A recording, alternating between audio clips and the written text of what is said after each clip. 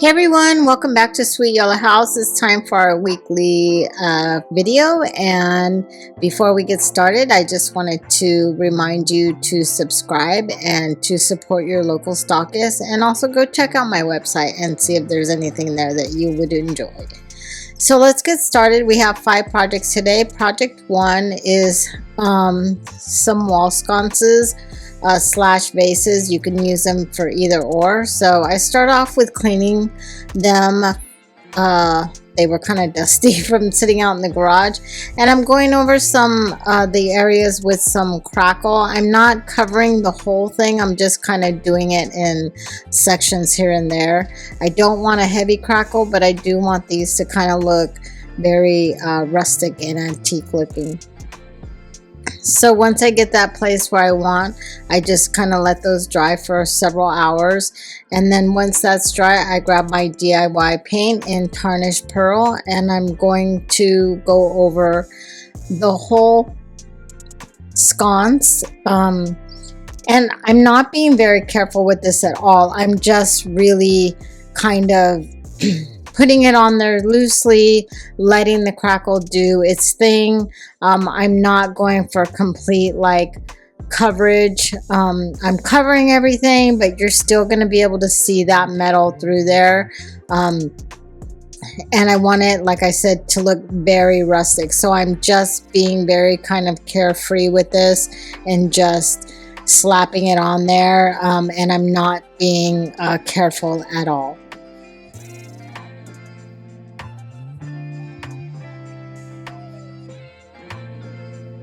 Once I have that paint on there, I'm gonna let that dry completely, and then I make sure that I turn those over and do the back of them as well. I didn't put any crackle on the back of these.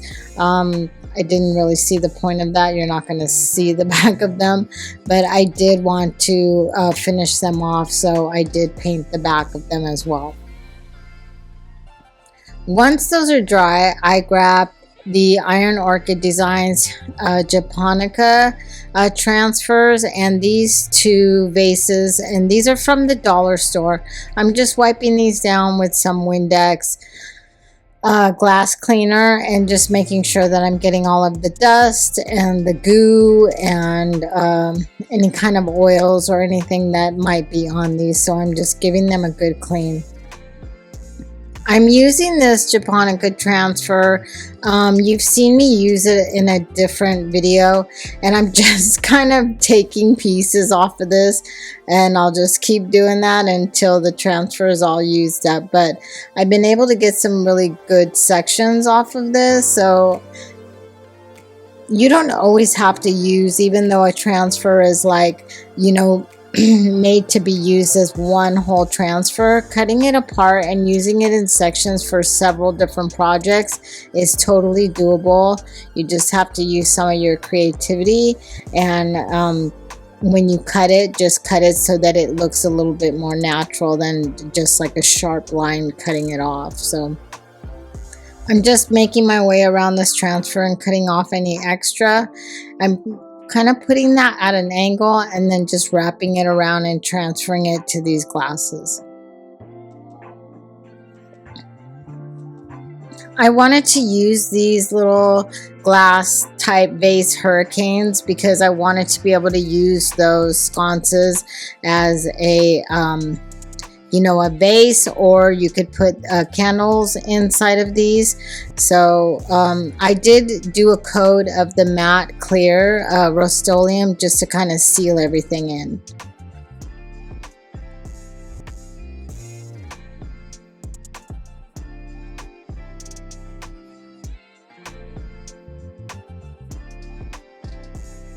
Project 2 is what I'm calling a sweet little topiary.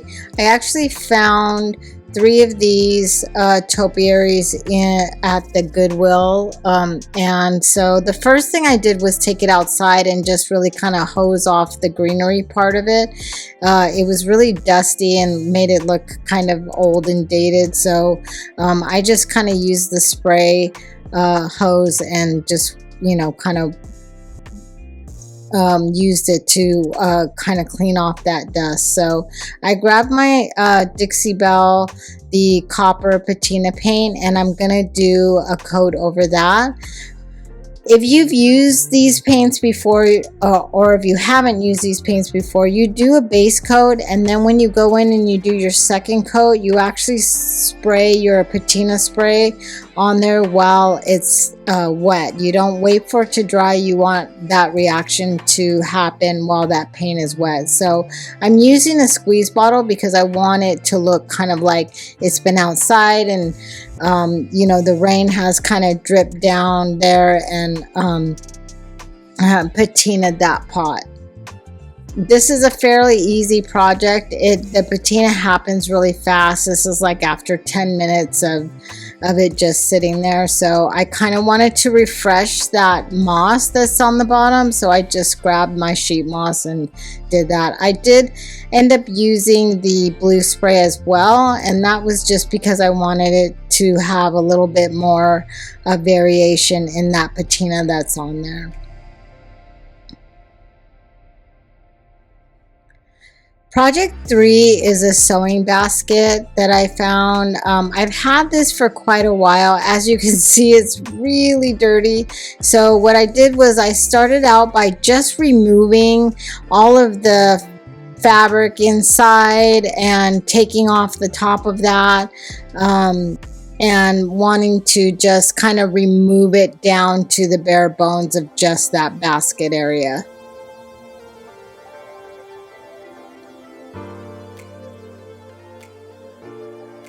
And you can see here, I was kind of like wondering what I was going to do with that, but I was able to just easily pull everything out of here, and it came out cleanly. I didn't have any issues with it just sticking or tearing or anything. So I also decided to remove the bottom, the little feet that were on the bottom. I had, when I bought the basket, it was missing one, so I just decided to remove the rest of them.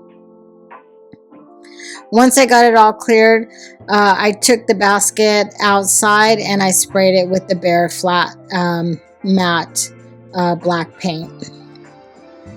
While that was drying, I started to remove all the fabric that was on the pieces, and I kept these pieces so that I can use them again. There was nothing wrong with the cardboard inserts. The fabric that was on them needed to be removed. It came off easily enough without tearing any of that cardboard, and so I was able to reuse it without any issues. Here you see me kind of just marking each piece just so that I wouldn't forget where it went once I started putting all the basket back together. I'm gonna start off by covering the top of it because the top had like a little cushion type, and so I'm gonna cover that with some batting that I had laying around, and just so that it can kind of make it look a little bit more plush. And for all of this, I'm just using my Gorilla glue gun, simple enough just to kind of adhere everything together. So I'm just working my way around this, and I'm just going to fold over the edges to the back, using my glue gun to hold everything in place. And it was fairly simple. It stuck really well, and I didn't have any issues with it at all. I thought maybe it might burn that foam that was on top, but it didn't. It held it very nicely.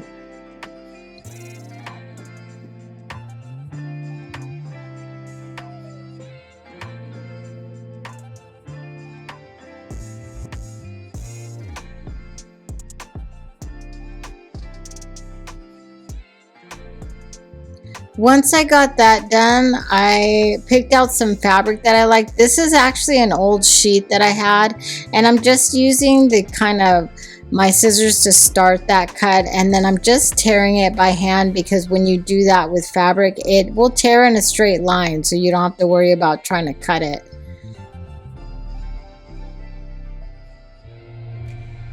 So I'm just going to use this, and I'm going to wrap the top of that like I did with the batting.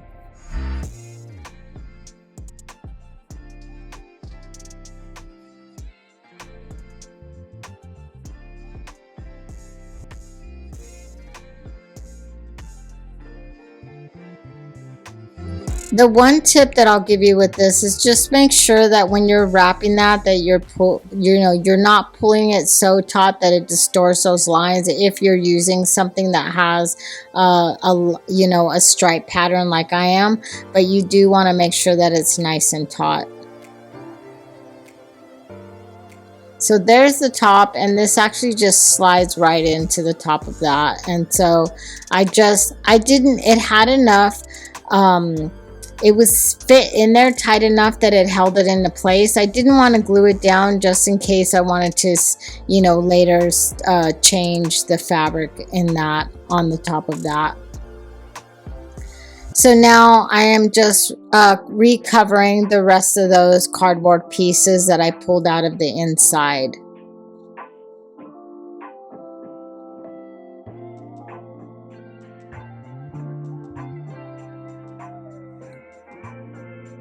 I just wanted to say thank you to Sammy from Unicorn Dust Designs. She has been so kind, and I know that she has recommended and spoke very highly of my channel on a couple of her videos, and I'm just very thankful to her for doing that. When somebody goes out of their way to just be so kind and helpful like that, it just says a lot about who they are, and that the character of someone. And she has just been a doll, and I'm just so appreciative. So Sammy, if you're watching, thank you so much. I appreciate you, and I just am just so blessed by you just coming into my life and making just such a big difference. So thank you so much.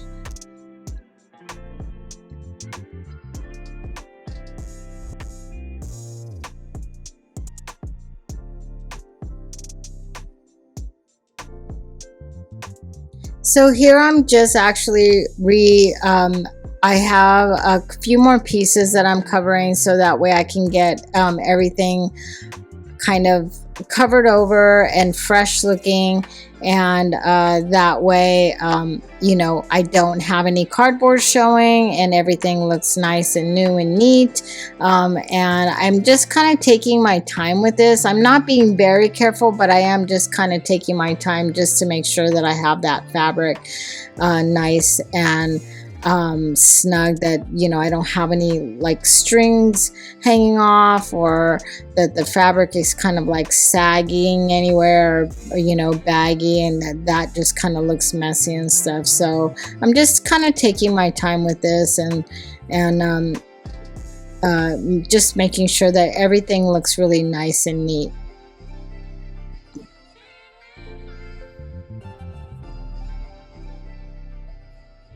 So now I'm going to move on to making some new feet for the basket, and I found these little, they are actually little, they're not half balls, they're knobs, and I got these from Hobby Lobby from their wood section.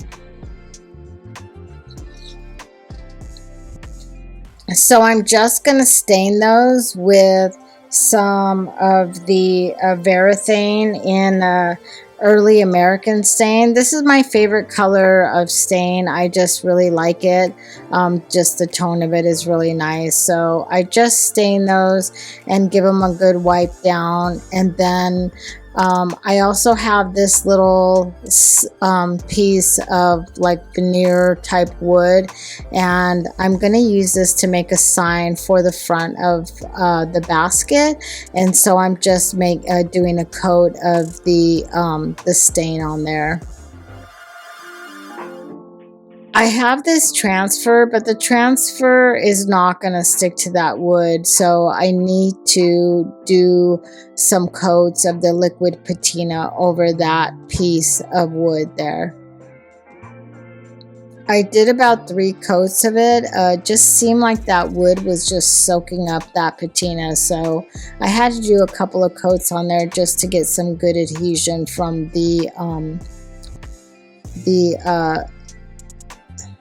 oh my gosh, that's completely the transfer, sorry, from the transfer there. So I'm just centering that on the piece of veneer wood there, and I believe I got this from the dollar store.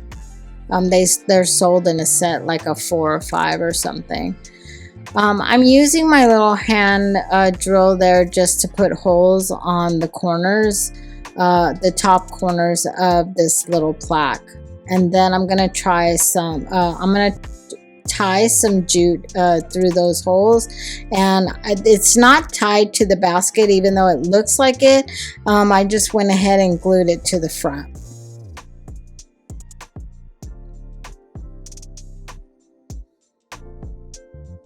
I was really happy with the way this turned out. It looks really nice and redone, and I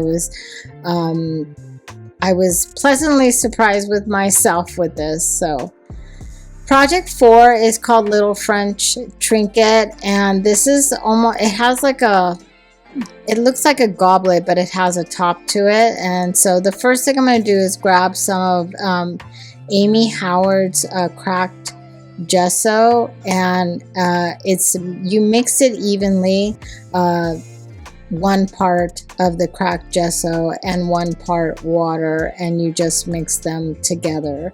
You want to mix it very well because you don't want clumps in that. And once you get it mixed to where you like it, then you just start coating your item. This cracked gesso and also the paint from this line, which is a milk paint, is very thin. A lot of people try to add more cracked gesso to it to thicken it up, but that's not the way it's supposed to be used. Amy Howard's products are not, they're used a little bit differently, and so they just have kind of like a different standard of the way that they look. I love her products. They're really great.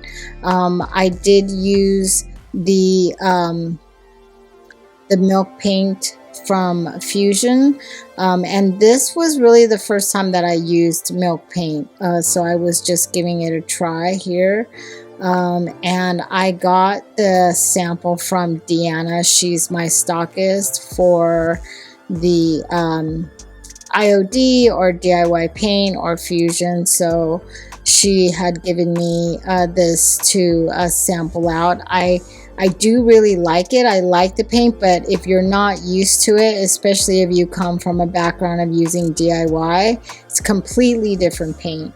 It's, you know, DIY is really thick and the milk paint is like very watery, so that might be surprising to some. So I just mixed up that milk paint and I went over the cracked gesso with it, and I'm using the heat gun to dry that milk paint, which kind of dried it out.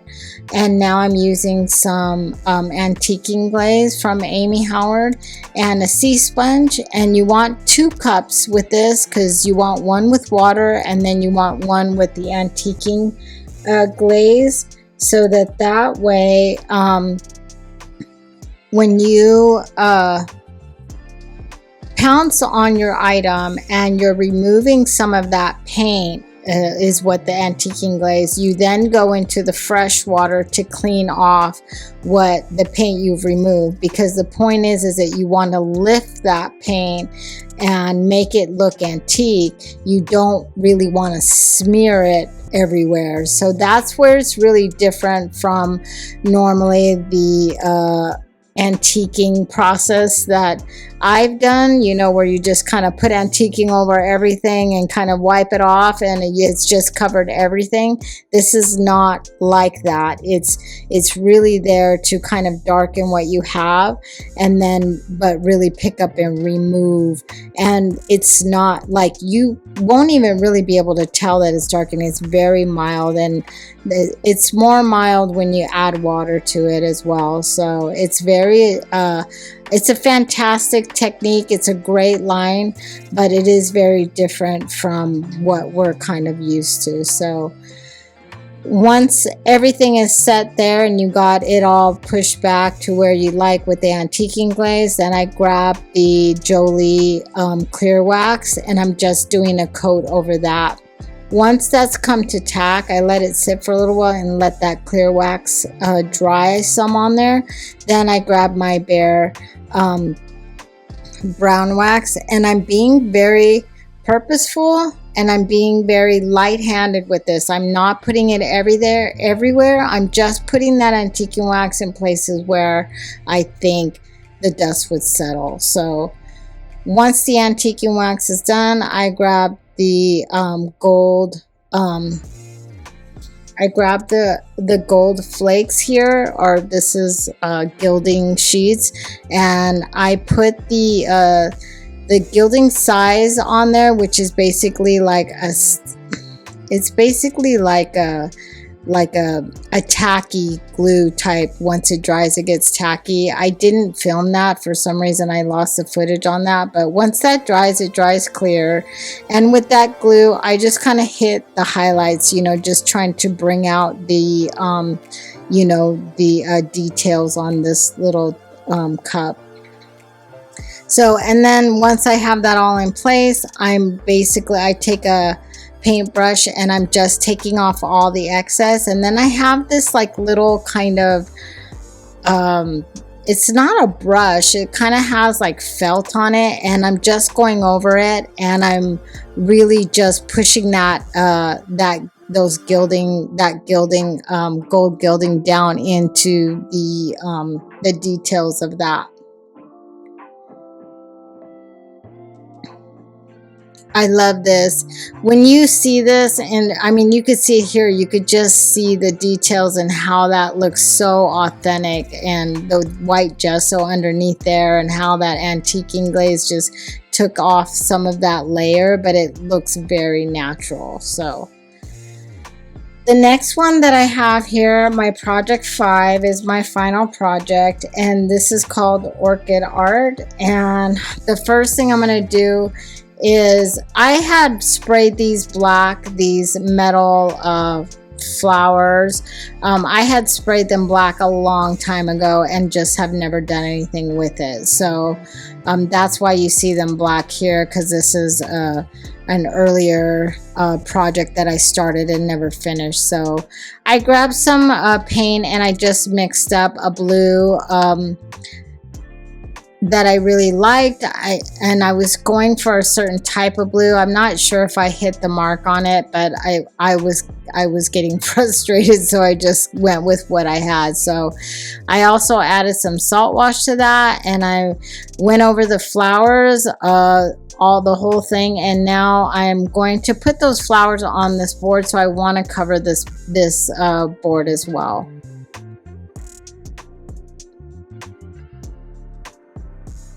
Once I have that all covered and dried, what I'm gonna do is grab some of this, and this is almost like sizing. I actually have this from my nail supplies, and it's basically the same thing. It's a glue that when you put it down and it dries, it gets tacky so that things will stick to it. So I'm just using that little brush to kind of go over some of the areas on these flowers, these metal flowers that I want to cover.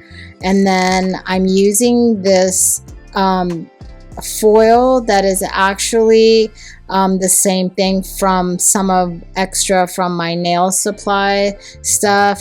This is like nail art supply stuff, and I'm just using that and putting it down on the areas of the flower that I put that glue down. I do have some spots here that I want to kind of just fill in. The first foil that I put down is kind of like, it has like some green lines running through it, and which you'll see in the final photos. And then I just wanted to fill in some of that with some just pure gold. So that's why I'm using I think it's called Nouveau gilding flakes. So the same thing, I just put those flakes down, and then I'm just using a brush to push that into that glue to really stick it down and burnish it. When you rub it and burnish it, it actually takes on a sheen by itself without having to like put a coat on it or whatever. It just takes on a really nice sheen, and it flattens those flakes down so it looks smooth. So I also decided to do some of the borders that was on the board, the picture that I flipped.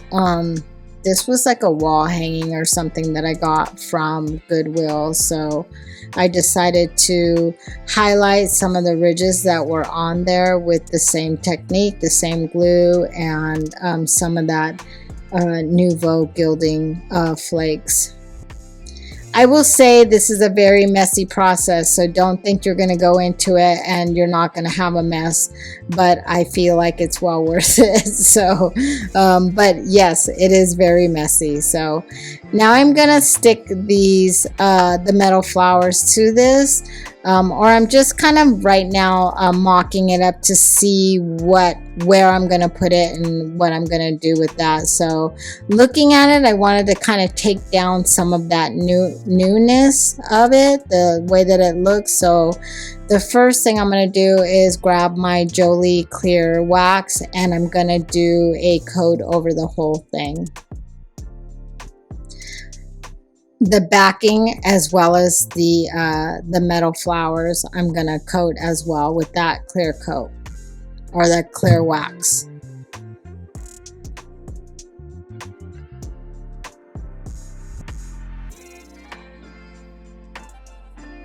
Then I'm going to grab my DIY white wax, and I'm being very spare with this. I'm not, as you can see here, like I'm like putting a little down and then I'm feathering that out, just barely putting any of it down. I didn't want, you know, you to be, I just kind of wanted like a hint, a shadow, as you can see here, and it kind of made it like a variegated you know, depth of that color. And I'm also going to do the flowers with that white wax as well, but like I said, I'm being very, very spare with this.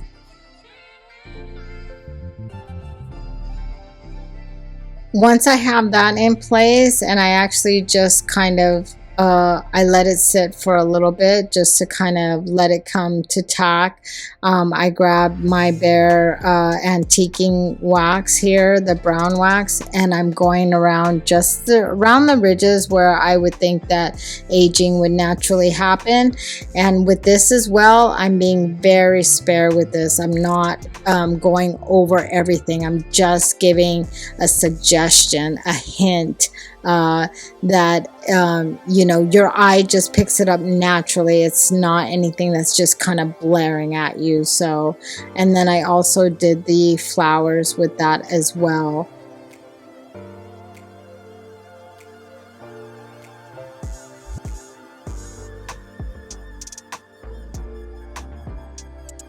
Once I have those all done, I'm just going to kind of mock it up and see where I'm going to put these. These flowers actually had hooks on the back of them, like where you could drill a hang it on the wall with a nail. But what I did was I used a screw and actually screwed them through to the board to hold them into place, and then I used the Gorilla Clear Glue to hold the bottoms down. I used the syringe just so that I could not make a mess. I didn't want glue everywhere. I just wanted to be able to kind of tack that into place, and this is how that came out. I was kind of all over the place with my projects this week. I did so many different styles and stuff, but that's kind of how I work. So I never know really what's going to happen when I go in there. So thank you for watching. I really appreciate you spending your time with me and all the support and love that I've gotten just from the new subscribers, and of course Sammy from Unicorn Dust Designs. I just appreciate it so much. And if you haven't subscribed, please do, and I will see you soon.